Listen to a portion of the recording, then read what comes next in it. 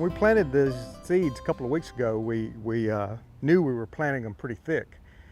Didn't know the germination rate, and obviously the germination was pretty good on the seed. So I'm going to move down here and I'm going to thin this row of snap beans. I'm just going to sit down here. I want about 3 or 4, probably 4 inches between these plants. So I've got 1, 2, 3, 4, 5, 6 here. Well, I'll start taking them out. And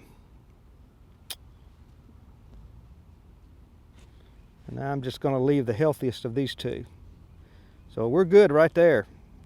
And let's ease down here and check the okra out. Good germination here too. Let's see. I'm gonna leave 2 in each of these little hills for, actually I'm not. I think they're healthy enough. I'm gonna thin these down to 1.